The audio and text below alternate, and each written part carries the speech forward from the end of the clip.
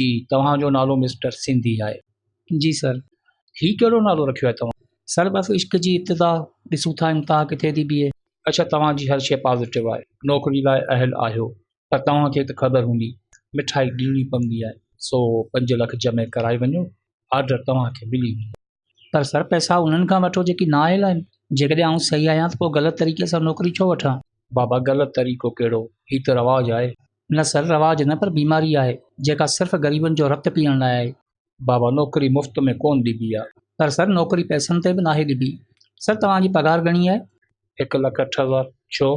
वाह अड़े दुनिया तुंहिंजा रंग। 1,08,000 पघार खणण वारो माण्हू उन माण्हू खां पैसा पियो वठे जेको बस जो किरायो बि दोस्तनि खां वठी अची पुॻो आहे। भला कंहिं MNA MPA जी सिफ़ारिश अथई? सर जेकॾहिं MNA MPA सां एतिरा वास्ता हुजनि हा पोइ अहिड़ा हाल हुजनि हा।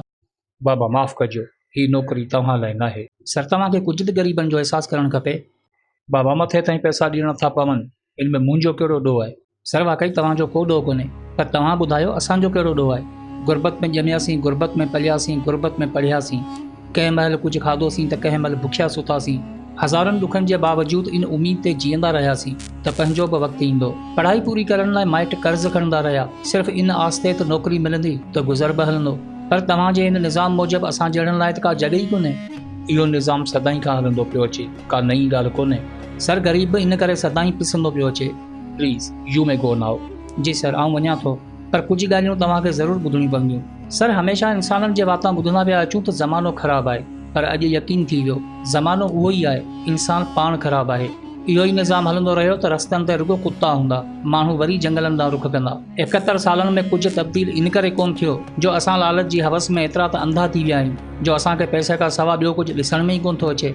यादि रखो सर, जिते दिलि हूंदी आहे उते अहसास बि हूंदा आहिनि, ऐं अहसास जी छांव में अक्सर ख़्वाब जनम वठंदा आहिनि। ज़रूरी नाहे त ख़्वाब ॾिसण वारो अमीर ई हुजे, ग़रीबनि जे झोपड़ियुनि में बि ख़्वाबनि जा रक़्स हलंदा आहिनि। असांजो हर इदारो क्राइसिस में इन करे आहे जो क़ाबिल माण्हू मज़ूरी पिया कनि ऐं नाअहल जाहिल माण्हू उन्हनि जा हक़ मारियो वेठा आहिनि। तुंहिंजे चवण ते निज़ाम कोन हलंदो।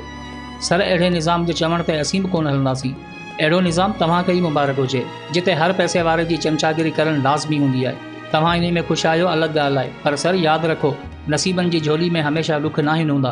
कॾहिं ग़रीब जो बि वारो ईंदो, पोइ तव्हांखे अहसासु थींदो त ख़्वाबनि जा लाश ॾिसी दिलि ते छा गुज़रंदी आहे।